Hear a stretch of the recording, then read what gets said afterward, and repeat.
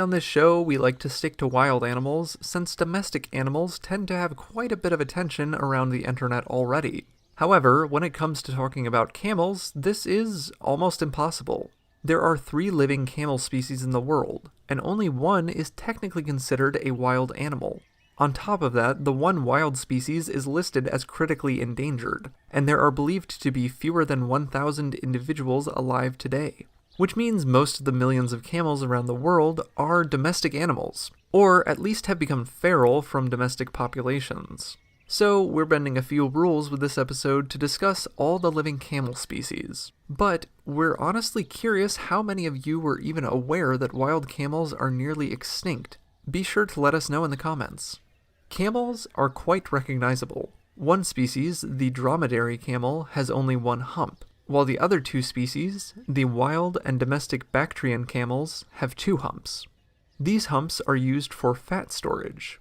A well-nourished camel's hump stands tall, but a malnourished camel's hump may sag or disappear completely. So, a camel's humps don't remain the same size throughout its lifetime.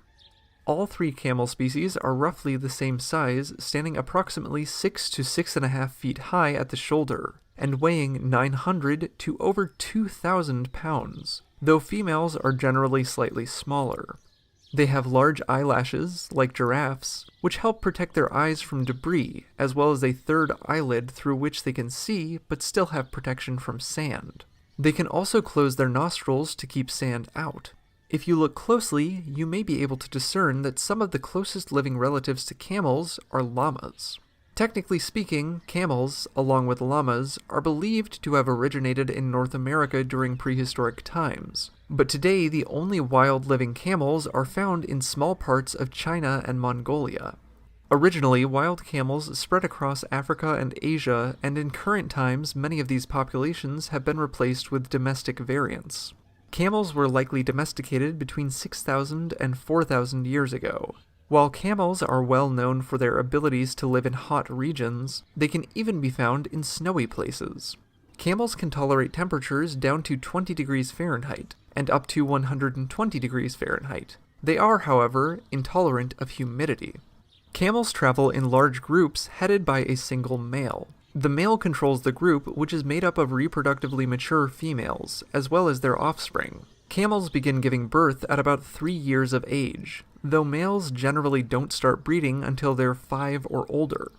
The male will mate with the females in his group and fight off any roving bachelors by biting at their legs. A female camel gestates for a little over a year and removes herself from the herd to give birth, similar to African elephant moms. The baby, called a calf, can walk within its first 24 hours of life and won't join up with the rest of the group until it is about 2 weeks old. A camel calf will nurse for 1 to 2 years and remain in its mother's herd for at least another year. Overall, camels may live to be anywhere from 17 to more than 40 years old. Besides humans who use camels for meat, leather, and fur, camel predators include wolves and leopards, though they are generally left alone due to their large size.